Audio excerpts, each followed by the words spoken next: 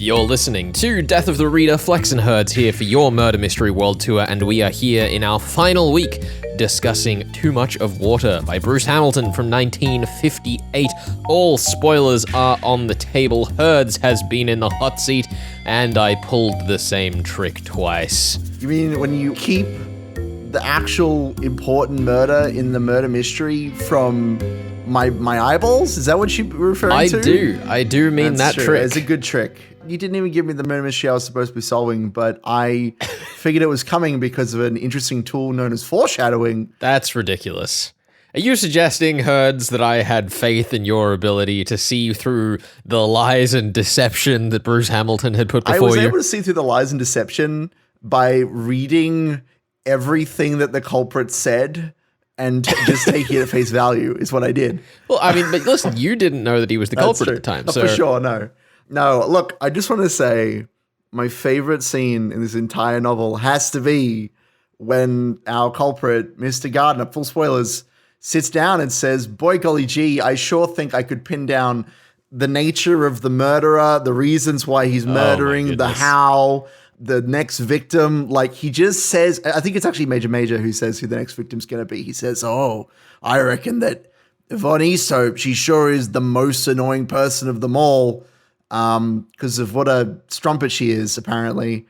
And look, there is some politics in this novel that we should not get. Some politics. There's talk about, there's very Freudian discussion of hysteria and hysteria-like symptoms that can only be cured with morphine anyway.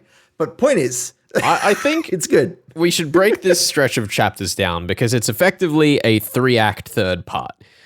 We have before Yvonne Easthope is murdered, we have after Yvonne Easthope is murdered, and then after Terry Gardner has been caught. You mean after he gives his confession? I guess the problem is that there are like 4 different times that he confesses. So yes, it's very strange. Confessing happening. There's a lot of wheedling over everyone's theories as to what is happening on the boat, and Terry really sticks his neck out. I think it's actually quite a good bit of fun. This is the bit where, as Martin Edwards told us before we kind of covered this book, and it's also in his The Life of Crime, which I've recommended several times on the show. Martin's writing is a great resource for our research here on the program, and we'll be having him on in just a few minutes' time. But we have these scenes where they sit down and discuss the ABC murders, basically kind of spoil the book, which... I mean, what are you going to do at this point? What are you going to do? I feel less bad about kind of inadvertently spoiling the ABC murders with my theory last week, but like, yes. Again, what am I supposed to do? Like,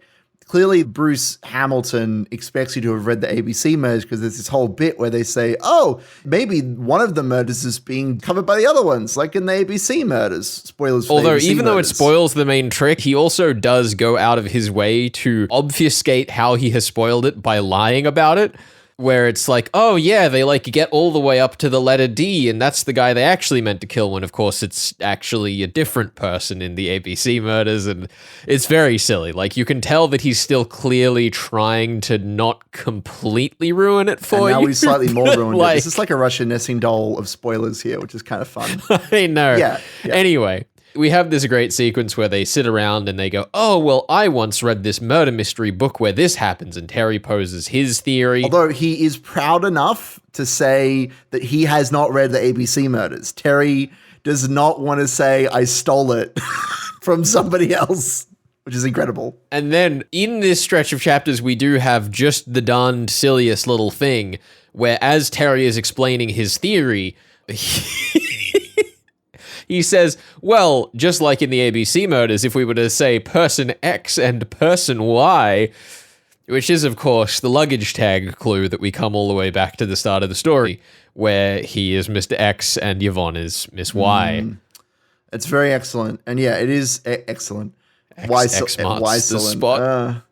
Yeah, I mean, it's fine. It's something that is actually useful for Edgar when he finally corners Gardner and says, I've figured it out, because when you use different letters, you use letters that you designated privately for these characters rather than just random letters, which is helpful. It also means that we avoid the letters A, B, C, and D, which are obviously from the ABC Thank goodness. Murders, as we all know.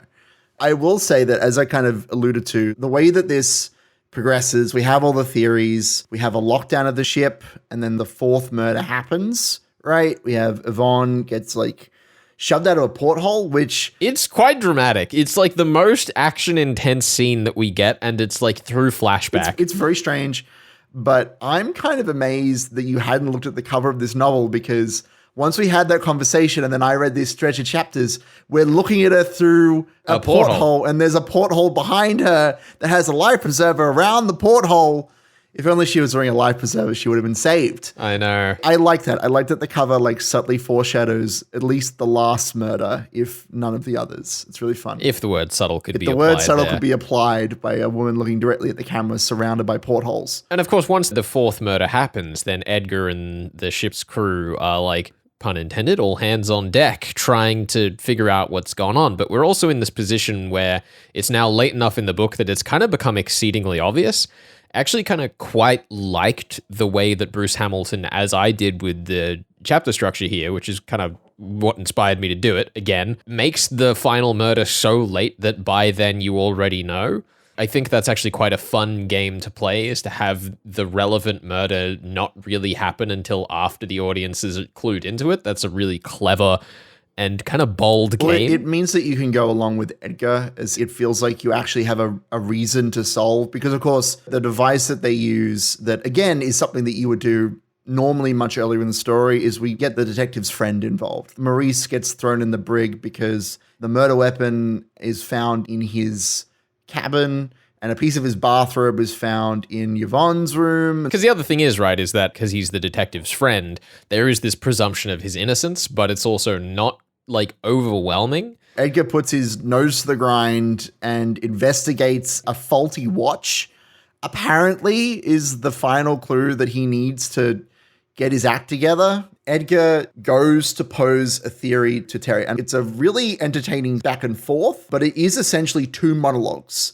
And then afterwards, Terry also has to give a confession on record to Bridger. And the setup of his confession is a little stiff. He's basically just gloating because he knows that no matter what he says to Edgar, no matter what Edgar suspects, there is no hard evidence or witnesses to tie him to the crimes. I don't know that this is a true fact, but I believe that the reason that this is, and the reason he goes through the confession, is because the captain isn't on the boat. Because if I understand things correctly, on a ship, the captain is like a notarized officer of the law as far as proceedings are concerned. And the captain left because he was depressed earlier in the voyage. So we're left with only the first officer. And I think that's why Terry kind of does this whole showmanship thing, because he knows that Mr. Bridger, as only acting captain, doesn't actually have like legal authority. Regardless of that, wouldn't there be somebody with legal authority as soon as they get to a port, unless Terry's plan is to run away really fast, which it isn't. Well, but like no one can really like prove his confession. It's sort of a bit of a bravado thing where like they're not going to believe you because everything I did would sound so ridiculous. I'll trust you on this. I truthfully don't know that it matters either way. Yeah, I don't think that it matters or necessarily that it works, but it did explain to me why the captain left the ship. That was a weird plot thread that had gone unanswered the entire time until now. Yeah, there are some arcs here that the characters have, but I don't know that any of them actually have like genuine good arcs that will stick. All of the characters go on their little emotional journeys, but none of them quite actually end up finishing anywhere. Part of the problem is that, you know that table that showed us which characters we should be looking at, which ones we shouldn't? Edgar also, during that conversation, says we should leave out these categories of characters. And so suddenly all of those categories, the women, the stewards, the officers, the remaining child, like all of the characters that the book says they probably didn't do the murder, they cease to matter. And the other consequence of that, of course, is that we do start to have this void in what can fill our scenes. The cast becomes thinner as well as becoming less relevant towards the end. There needed to be characters doing things. I know that's really rude, but like if the kid's father went on a revenge tour, or the major started like breaking down doors, or even if the denouement had, as is murder mystery tradition, happened in front of the people on the ship. Yes, you're right. It happens in private in a cabin, which is certainly an interesting twist, but there is no equivalent moment. I guess let's get to it. They land at the port, And Gardner is, 100% sure he's going to get away with it. He's sitting there with his luggage, and then The police just they show up. show up, but they have a friend with them, and Gardner is not happy to see that friend. We will come back to that after we've spoken with Martin Let's do Edwards today. This is Death of the Reader, your murder mystery world tour here on 2SER 107.3. We're discussing Bruce Hamilton's Too Much of Water. More to come. Stick around.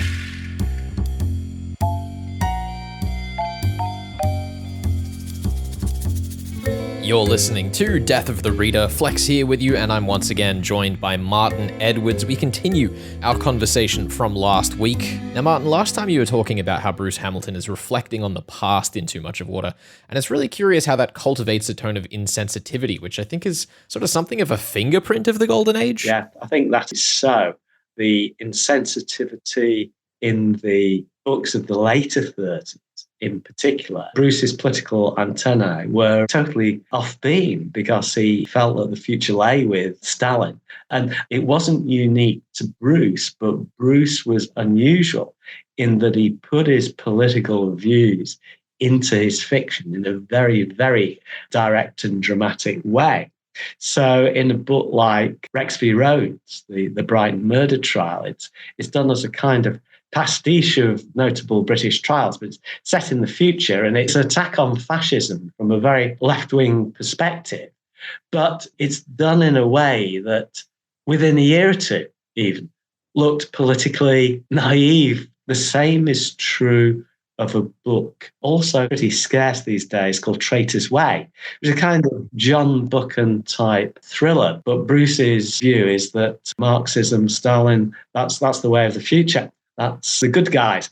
And this lack of understanding, as I would see it, of where politics was going in the late 30s was something that made some of the books that he wrote at the time pretty much unpublishable or unreadable within a few years. And I think this is one of the reasons why his work has largely disappeared from view. Finding these books is pretty difficult.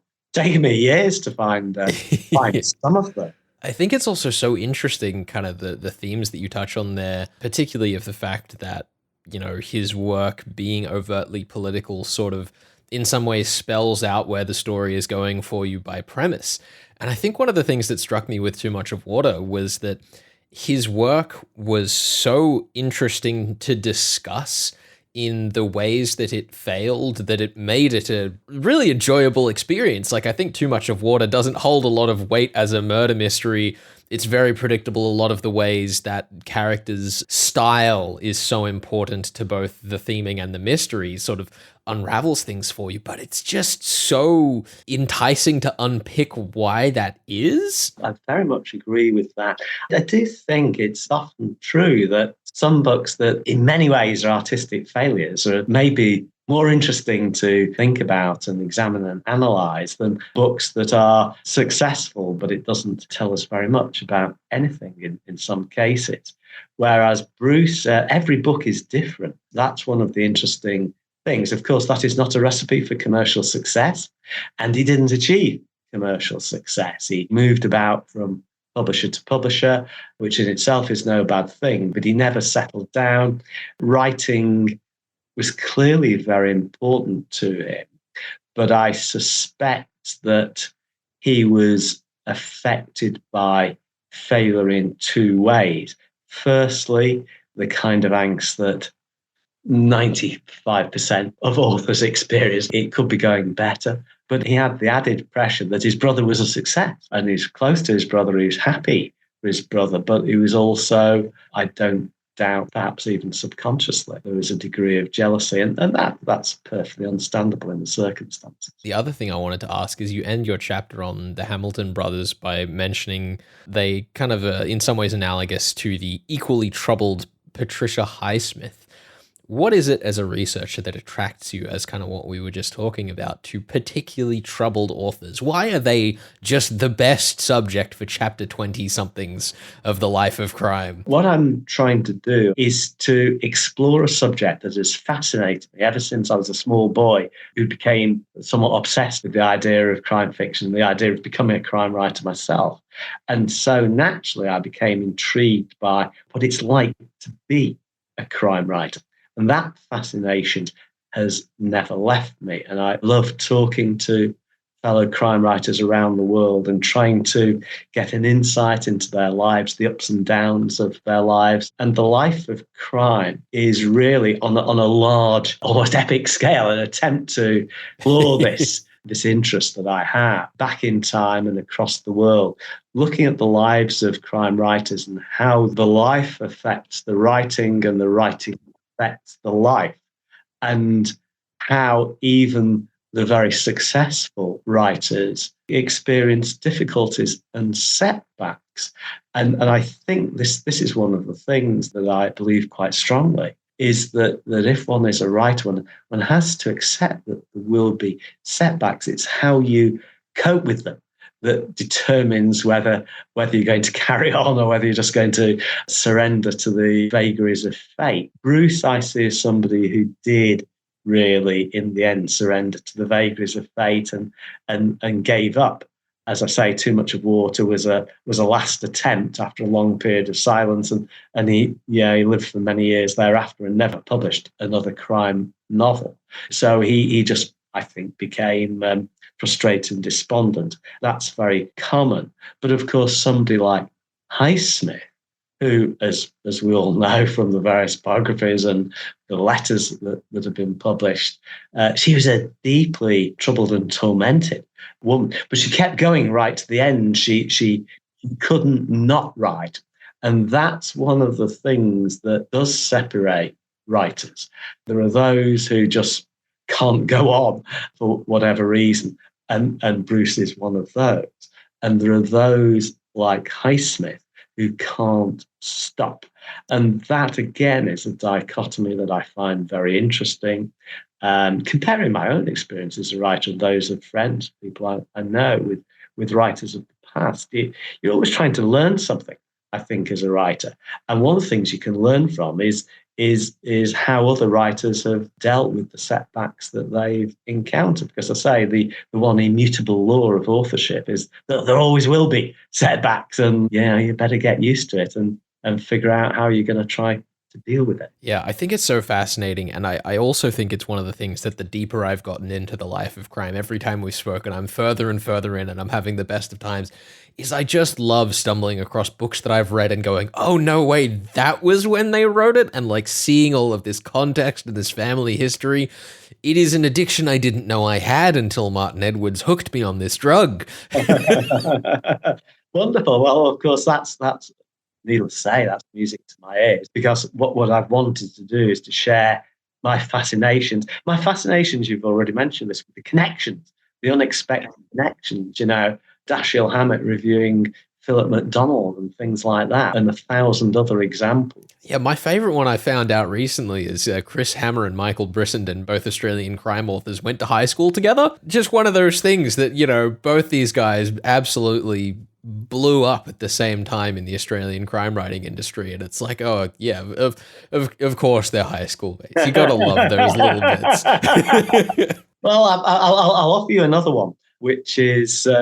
Rupert Holmes wrote Pina Colada Song. Yes. And has written mystery plays, a brilliant one called Curtains. He's written an Edwin Drood musical. He's written The Master's Guide to Homicide, very successful book, published a year or so ago. Well, Rupert and I were born in the very same building in Cheshire, in England. Not at the same time, some years apart. That would have been too far. yeah. But that's a connection I've always found quite extraordinary. Well, there you go. As always, I will handily endorse Martin Edwards' work, both fiction and non-fiction. If you ever hear me quote a fact on Death of the Reader, there's a 75% chance that at some point it was filtered through Martin Edwards or his work, and just go get everything. Go get everything. Delighted as always to speak to you, Martin, and thank you once again for joining us on the program. Thanks very much indeed. It's been great. Martin Edwards there. We are talking Bruce Hamilton's Too Much of Water, and we'll be back with more in just a second.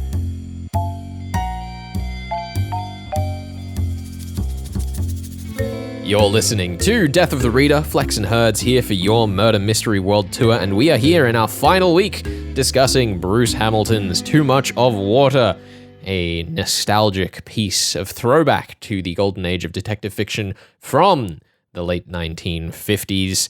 We left you on a bit of a cliffhanger at the end of the first section of the show where Terry Gardner gets off the boat, the police show up, and they have a friend with them. And Herds, did you see this friend coming? Not through my own intuition. I may have had a little birdie whisper something in my ear. Also, the name of the chapter is Indestructible. Yes, it is. Because, of course, there's only one corpse throughout the story that we haven't actually encountered. Was Yvonne encountered? We only have two corpses throughout the story that we haven't encountered. Let's try not to dwell on the thematic consistency of corpses. That's another dock against the book. But so what you're saying, Herds, is you think Yvonne could still be alive? She's coming back in the sequel. She's gonna kill Bobby Easthope is what's gonna happen. No, so the chapter is called Indestructible, much in the same way that a chapter was called Poor Mr. Rottentosser, because Rottentosser comes back. He does. He was not fat in accordance with the earlier descriptions of his body. He was just wearing a life preserver. A custom life preserver, Herds, because he understood displacement, which was his one character trait. He understood the principles of Archimedes. So he had his Archimedes brand life preserver. This might be the best part of the book. It's like the most Indiana Jones thing in this entire it's story. Incredible. It's an incredible bit. It is a shame that Mr. Rottentosser doesn't say any words after appearing. But it is nice to see him again, and it is a very good bit. He doesn't even get like a speech about his belt. Edgar just observes it to be true. He's there, and then the book ends, which is fine. It's so weird. Because basically what it turns out has happened is that he got picked up by a vessel behind the SS Goyaz and then explained what had happened to the police, who have been preparing for days for this sting operation to get Terry Gardner at the end of the voyage. I was hoping that it would turn out that Mr. Rottentosser was just swimming the whole way behind the Goyaz. Dude, he would have been a machine. I would love to have seen that. Just him dripping with seaweed, pulls himself onto the boat and is like, he tried to kill me, which would have been pretty amazing. Of course, Mr. Rottentosser has identified Terry Gardner to the police, thus proving that testimony would have been enough. So Mr. Gardner's escape plan wasn't really going to work in the first place. It's a bit bizarre. It operates more on like book logic than it does on real logic, but it's comedically satisfying. Yes. So we're happy to just take it, right? That's we're happy to take it. No, like it makes sense in terms of the actual like structure of the book and, you know, foreshadowing and all that great stuff. But as you can tell by my lukewarm defense, it is not the most exciting finale. I definitely feel like this book could have used, aside from rising tension, it could have used a speech at the end from anybody to kind of wrap things up. Because the way that we actually end the book is with a toast. Mr. Bennett, I believe, makes a cocktail and he's like, yeah, we're going to drink because we're alive and it's going to be great. So it is a satisfying ending in that the characters who weren't horribly murdered live and get to go to whatever it was they were doing. Yeah, it very much kind of reads like the end of a television police procedural serial where they can't quite wrap the character journeys up because they're all such transient characters. Because as you were saying, Rottentosser doesn't even get a like speech about how he survived at the end. It was just a thing that is observed.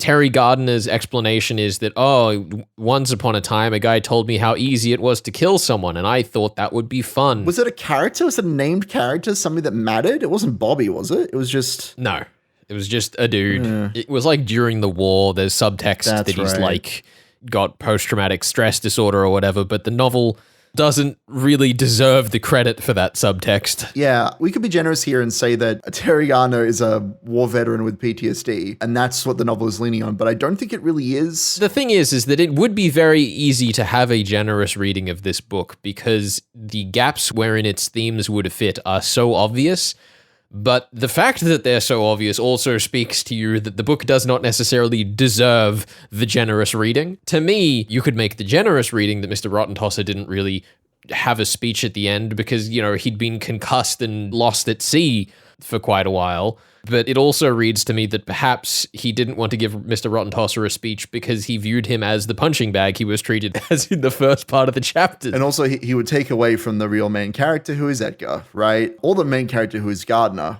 There's room for interpretation there. Because really, Gardner's motivation is that he's just crazy. Yes. I made the proposal last week because I really struggled on the why and the how they're going to catch him, the how catch him part of the story. And I ended up landing on maybe he was the gay with Bobby and they're going to find his gay love letters somewhere. And we almost do. And we almost do because Terry lends Edgar a book and within that book is a photograph of Bobby and Terry.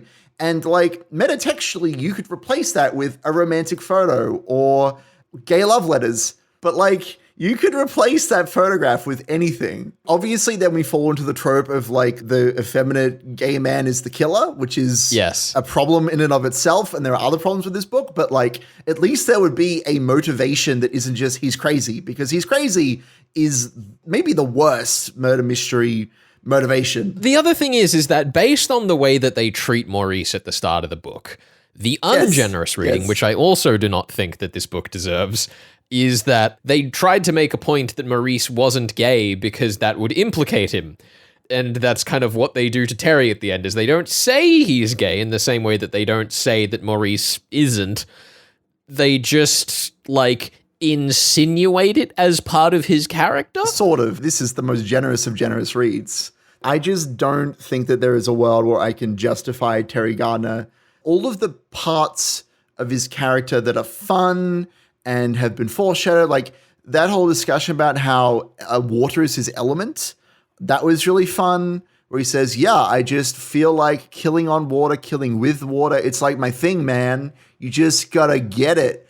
I love that. I kind of love that he's down on water and he's committed to this bit of killing people in that way. Well, yeah, and I also think that if we'd done the whole scene where it's like, and then I was nearly drowned during the war and it was extremely traumatic or whatever, it would have hammed it up too much. I was a sailor. Oh my God, could you imagine? The fact that this book is as sparse as it is, I think is in some ways to its credit. I think the thing with this book, for me, is that it is a mediocre to okay book that is really, really interesting to discuss because of its failings. It is not a book that I think I could recommend easily. Like, this is bottom of the list stuff for review season at the end of the year.